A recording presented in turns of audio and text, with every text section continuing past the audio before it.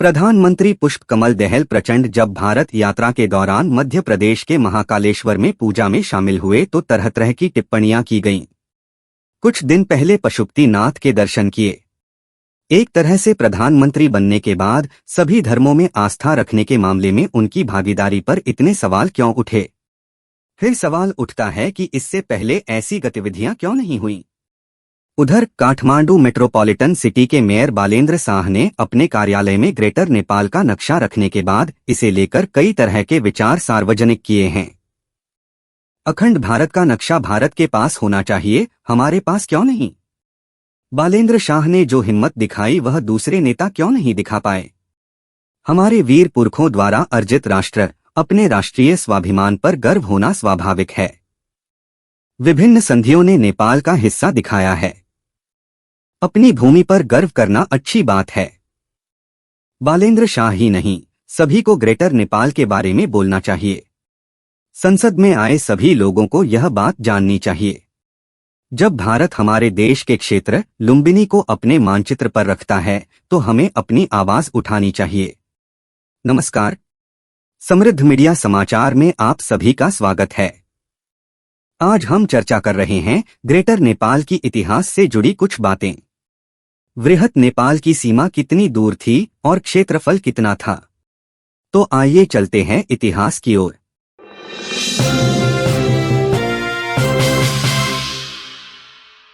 बात सन 1799 की है। सन 1799 में चैत्र की 25 तारीख को पृथ्वी नारायण शाह का एक गरीब और पहाड़ी राज्य पर शासन हुआ। तब उन्होंने छोटे छोटे राज्यों को एक करने का सपना देखा। पृथ्वी नारायण शाह के स्वप्न के अनुसार उनकी बड़ी बहू राजेंद्र लक्ष्मी और उनके छोटे बेटे बहादुर शाह के साहस के कारण सन 1806 तक नेपाल की सीमा पूर्व में तिस्ता और पश्चिम में कांगड़ा तथा गंगा नदी तक पहुंच गई। दक्षिण में और नेपाल का क्षेत्रफल 367,575 वर्ग किलोमीटर तक पहुंच गया। इस तरह विशाल गोरखा साम्राज्य का निर्माण हुआ। ईस्ट इंडिया कंपनी, जो उस समय भारत पर शासन कर रही थी, गोरखाओं के शक्तिशाली होने से संतुष्ट नहीं थी। इसलिए उन्होंने गोरखा सरकार के खिलाफ तरह तरह के षड्यंत्र रचने शुरू कर दिए।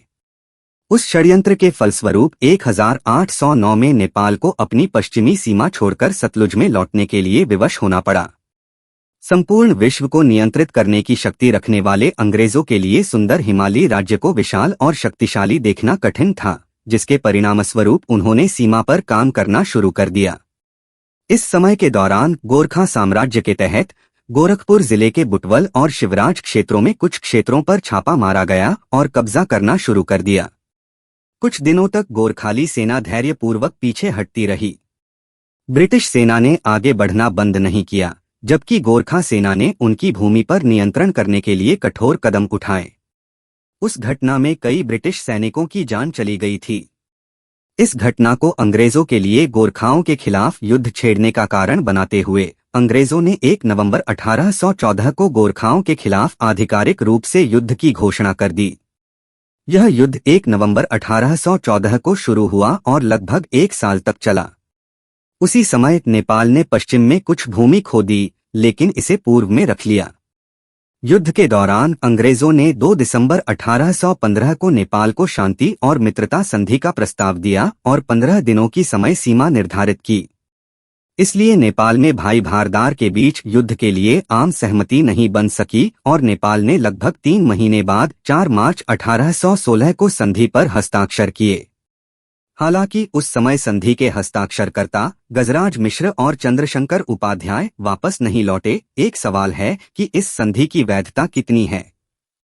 इतिहासकार इस मामले की खोज कर रहे हैं, भले ही एक दिन सच सामने आ जाए। हालांकि 4 मार्च 1816 की संधि के अनुसार पूर्वी तिस्ता तक मेची और पश्चिमी सतलुज तक महाकाली और पूरी तराई खो गई लगती है। अंग्रेजों के इतना हड़पने के बाद नेपाल कुछ समय के लिए भूमिहीन हो गया। संधि के 9 महीने बाद 11 दिसंबर 1816 को अंग्रेजों ने नेपाल के साथ एक और शांति और मित्रता संधि की और राप्ती के पूर्व के क्षेत्र को वापस कर दिया। उसके बाद लंबे समय तक नेपाल स्थिर और शांत नजर आया। संधि के 44 वर्षों के बाद 15 नवंबर 1860 को अंग्रेजों ने राप्ती से महाकाली, बांके, बर्दिया, कैलाली, कंचनपुर तक 2 बार नेपाल का क्षेत्र वापस किया। जमीन इस समझौते के साथ लौटाई गई थी कि अन्य को धीरे धीरे वापस किया जाएगा। उस समय नेपाल का क्षेत्रफल 147,181 वर्ग किलोमीटर था। उसके बाद नेपाल में अराजकता और अशांति फैल गई।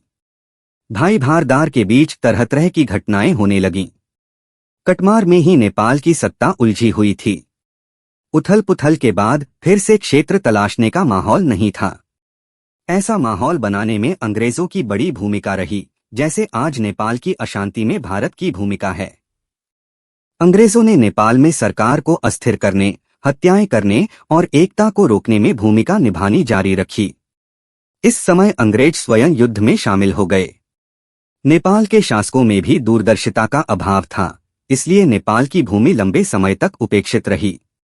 इसी समय ब्रिटिश साम्राज्य का पतन हो गया। उन्हें अन्यत्र की तरह भारत छोड़ना पड़ा और 15 अगस्त 1947 को भारत स्वतंत्र हो गया। तब से लेकर अब तक नेपाल में तरह तरह के आंदोलन होते रहे हैं। उस आंदोलन को नेपाली कांग्रेस नामक पार्टी चला रही थी। स्वतंत्र भारत के नेहरू के सहयोग से नेपाल में आंदोलन के कारण नेपाल में राजनीतिक संकट उत्पन्न हो गया था। उस संकट काल में जब राणा स्वयं असुरक्षित थे, तो दूसरा क्षेत्र मांगने का प्रश्न ही नहीं उठता था। हालांकि अंतिम राणा प्रधानमंत्री मोहन शमशेर ने 31 जुलाई 1950 को स्वतंत्र भारत और नेपाल के बीच एक शांति और मित्रता संधि पर हस्ताक्षर किए और संधि के अनुच्छेद 8 के तहत नेपाल के खोए हुए क्षेत्रों को वापस कर दिया। साथ ही 30 अगस्त को अंग्रेजों के साथ शांति संधि भी की। 1950 संधि के अनुच्छेद 8 के तहत नेपाल ने अपना खोया क्षेत्र वापस पा लिया है। इसी बीच नेपाल में लोकतंत्र आ गया और राणा शासन का अंत हो गया। नेपाल में लोकतंत्र आने के बाद आधी सदी से भी अधिक समय तक नेपाल की पूरी भूमि के बारे में अधिक शोध नहीं हुआ है। नेपाल का क्षेत्रफल 147,181 वर्ग किलोमीटर था। हालांकि आज लोकतंत्र से गणतंत्र तक के सफर में नेपाल ने कई नदियों और नहरों को खोया है, कई प्राकृतिक संसाधनों को खोया है। भारत के स्वतंत्र होने पर नेपाल में लोकतंत्र आया, नेपाल के शासक अपनी विरासत की रक्षा नहीं कर सके। इतना ही नहीं, मेची से काली तक की शेष भूमि लगभग 1023 वर्ग किलोमीटर का क्षेत्र खो चुकी है। नेपाल की सीमा कितनी दूर है, नेपाल का क्षेत्रफल कितना है, सवाल उठता है। एक समय नेपाल तिस्ता कांगड़ा तक पहुंच गया था। नेपाल का क्षेत्रफल 367,575 वर्ग किलोमीटर था। सुगौली संधि का क्षेत्रफल 204,917 वर्ग किलोमीटर था। शाही शासन की समाप्ति के बाद नेपाल का क्षेत्रफल 147,181 वर्ग किलोमीटर था। विक्रम संवत वर्ष 2007 से आज तक भारत ने विभिन्न स्थानों पर 1023 वर्ग किलोमीटर भूमि की सफाई की है। इसे काटकर वर्तमान नेपाल का वास्तविक क्षेत्रफल मात्र 146,158 वर्ग किलोमीटर ही आता है। नेपाल का वास्तविक क्षेत्रफल क्या है? सरकार की आधिकारिक राय आनी चाहिए। उसके लिए नेपाल के क्षेत्रफल का पुनः मापन करना आवश्यक है।